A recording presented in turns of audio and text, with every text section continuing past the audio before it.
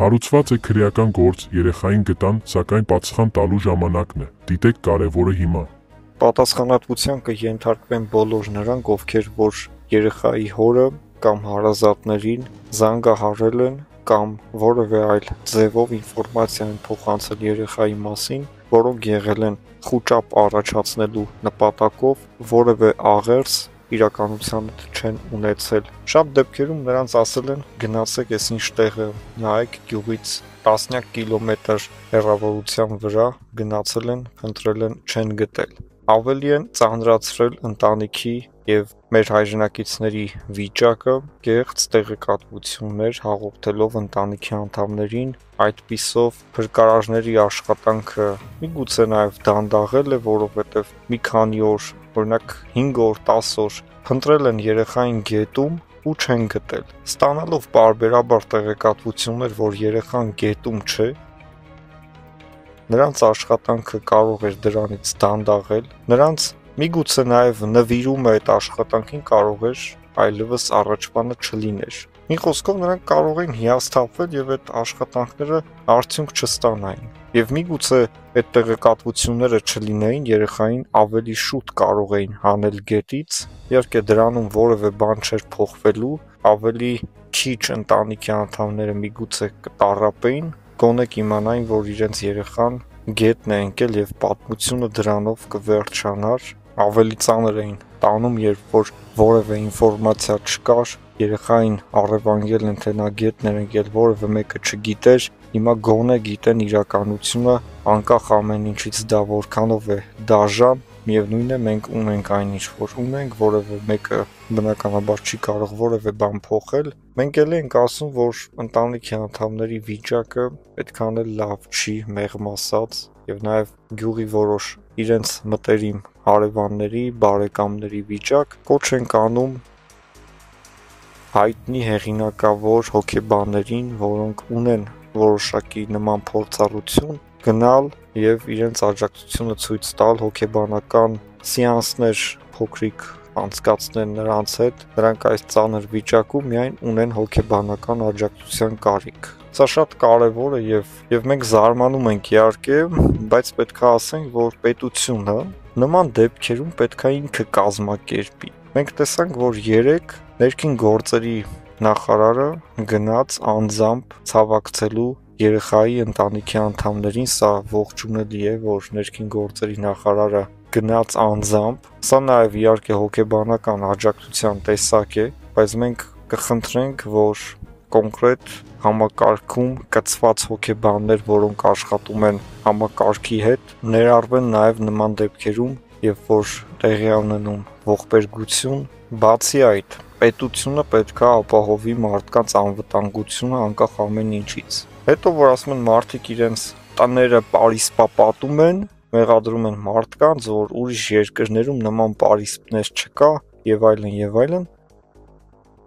փաստորեն մարդը իր սեփական պարիսպից, իր սեփական բակից, երբ որ դարպասը բացի ու դուրս գա, հազարավոր վտանգներ այդ մարդուն սպառնում են։ Ջրի կանալներ, վարարած գետեր, որոնք անցնում են իր տան մոտով, միգուցե վայրի գազաններ, որոնք անտառից են եկել, մանավանդ փոքր երեխաների համար շատ դաժան եւ ողբերգական սպառնալիքներ կան, որոնք չեն վերահսկվում։ Շատ հեշտ է ուղղակի այդ կանալը ինչ-որ ցանցով փակել, գետի որոշ հատված, որը շփում ունի գյուղի հետ, այդ եւս փակել, որպեսզի երեխաները մոտ չգնան։ Եվ առհասարակ բոլոր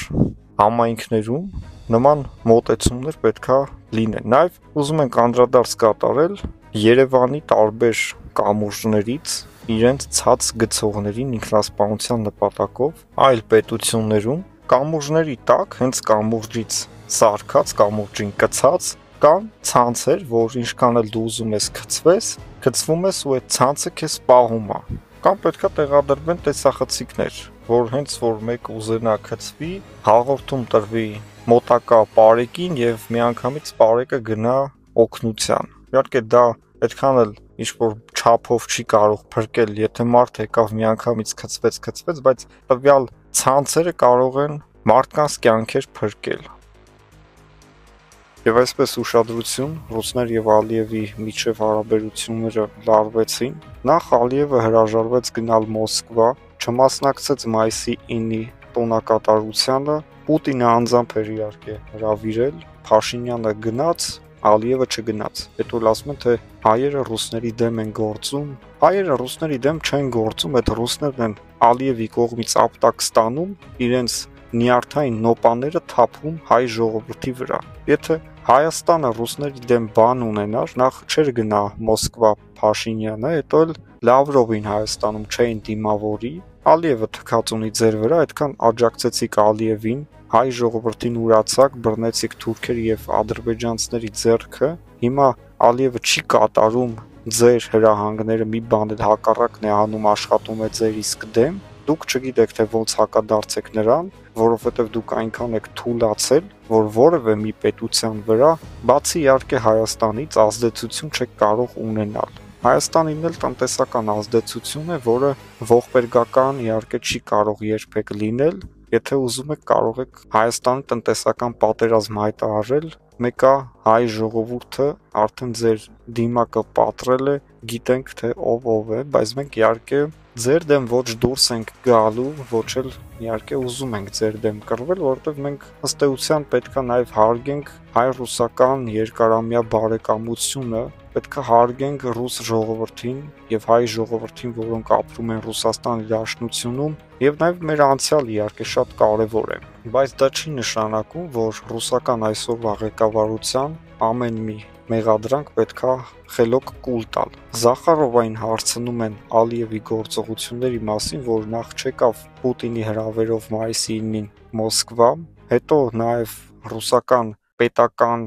լրատվության, պետական կառույցների դեմ Ադրբեջանի իշխանության կողմից այդ գործողությունները, որոնք կիրառվում են Բաքվում եւ Բաքվից դուրս։ Ասպա ոչինչ, մենք մեր գործընկերների հետ աշխատում ենք, Ալիևի հետ աշխատում ենք եւ մենք խնդիր չունենք, Ադրբեջանը մեր գործընկերն է։ Հարց են տալիս Հայաստանի մասին, ասելով, որ Հայաստանը գնում է դեպի արևմուտք, Հայաստանի եւ Ռուսաստանի հարաբերությունները շատ լարված են, այդտեղ արդեն կարող եք շներին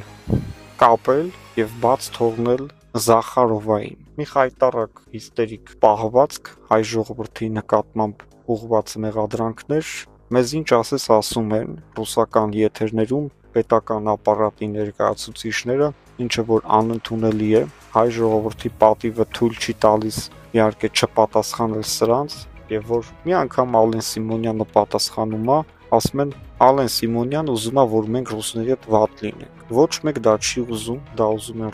ռուսները տեսնում են, որ իրանք հայերին դավաճանեցին, օգնեցին Ադրբեջանի, որ Ադրբեջանը տիրանա Արցախին, բայց այսօր Ադրբեջանը թքած ունի